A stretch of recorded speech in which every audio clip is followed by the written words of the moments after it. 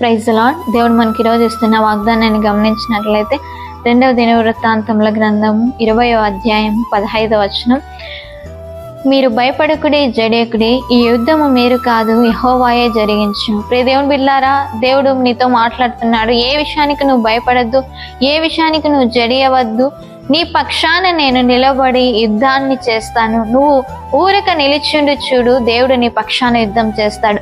ఏ సమస్య అయినా కావచ్చు, ఏ యొక్క ఇబ్బంది అయినా కావచ్చు, నీకు ఎంతగానో కష్టంగా అనిపిస్తుండవచ్చు, కానీ దేవుని వైపు నువ్వు ఊరికే నిలిచి దేవుని వైపు చూడు, అంతే. దేవుడు నీ పక్షాన యుద్ధం చేసి నీకు జయం ఇవ్వబోతున్నాడు. చిన్న ప్రార్థన చేసుకుందాం.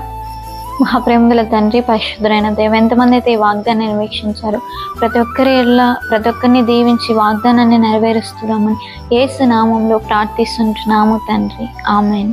రోజు యొక్క వాగ్దానాన్ని అందరూ వీక్షించండి. సిస్టర్ దివ్య డేవిడ్ అనే యూట్యూబ్ ఛానల్ని సబ్స్క్రైబ్ చేసుకోండి, ఫేస్బుక్ పేజ్ని లైక్ చేయండి, ఫాలో అవ్వండి, ఇన్స్టాగ్రామ్ని ఫాలో అవ్వండి, అనేక మందికి షేర్ చేయండి.